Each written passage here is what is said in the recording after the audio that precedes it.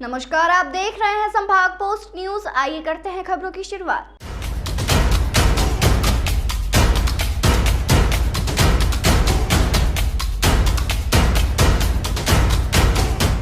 Indore high court justice और मध्यस्थता समिति के अध्यक्ष विवेक रूसिया की मौजूदगी में कलेक्टर कार्यालय में सामुदायिक मध्यस्थता प्रशिक्षण कार्यक्रम आयोजित किया गया। हाईकोर्ट जस्टिस विवेक रूसिया ने रेवेन्यू मामलों पर मध्यस्थता के महत्व को समझाया। उच्च न्यायालय विधिक सेवा समिति ने आयोजन रखा। एक दिवसीय मीडिएशन प्रशिक्षण कार्यशाला के शुभारंभ कार्यक्रम में माननीय न्यायाधिपति विवेक रूसिया, मध्य प्रदेश उच्च न्यायालय इंदौर खंडपीठ के प्रिंसिपल रजिस्ट्रार अजय प्रकाश मिश्र एवं कलेक्टर आशीष सिंह मौजूद रहे। वहीं कलेक्टर आशीष सिंह ने न्यायाधिपति का कलेक्टर कार्यालय पहुंचने पर स्वागत किया।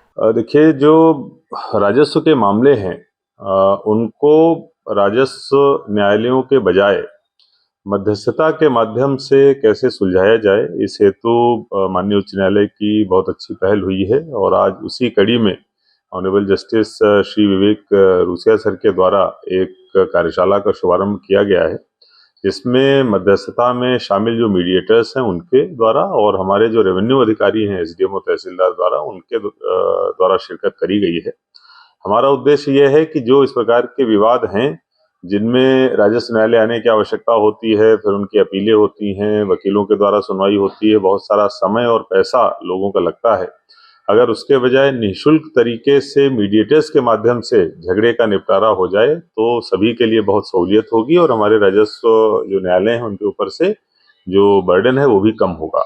तो इस दिशा में आज ये ट्रेनिंग रखी गई है। बहुत जल्दी ही कलेक्ट्रेट में एक ऐसे सेंटर का भी, मीडिएशन सेंटर का भी शुभारंभ किया जाएगा और एक प्रणाली विकसित करी जाएगी जिसमें अगर इस प्रकार के कोई विवाद है तो पहले मध्यस्थता के जरिए उनको सुलझाने की कोशिश करी जाएगी और अगर वो नहीं सुलझते हैं तो फिर न्यायालय जो राजस्व के बने हुए उनके द्वारा उसका निराकरण होगा।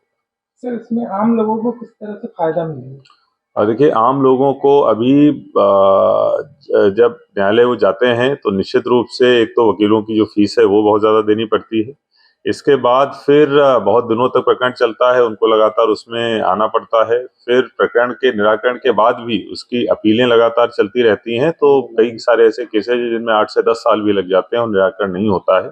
अगर मध्यस्थता के माध्यम से हम लोग जाएं तो समय की भी बचत होगी, पैसे की भी बचत होगी और प्लस एक जो अशांति की स्थिति उत्पन्न होती है विवाद की वजह से, झगड़े की वजह से, वो भी पूरी तरीके से बंद हो जाएगी। तो निश्चित रूप से इसका बहुत बड़ा फायदा लोगों को और समाज को प्राप्त हो सकता है।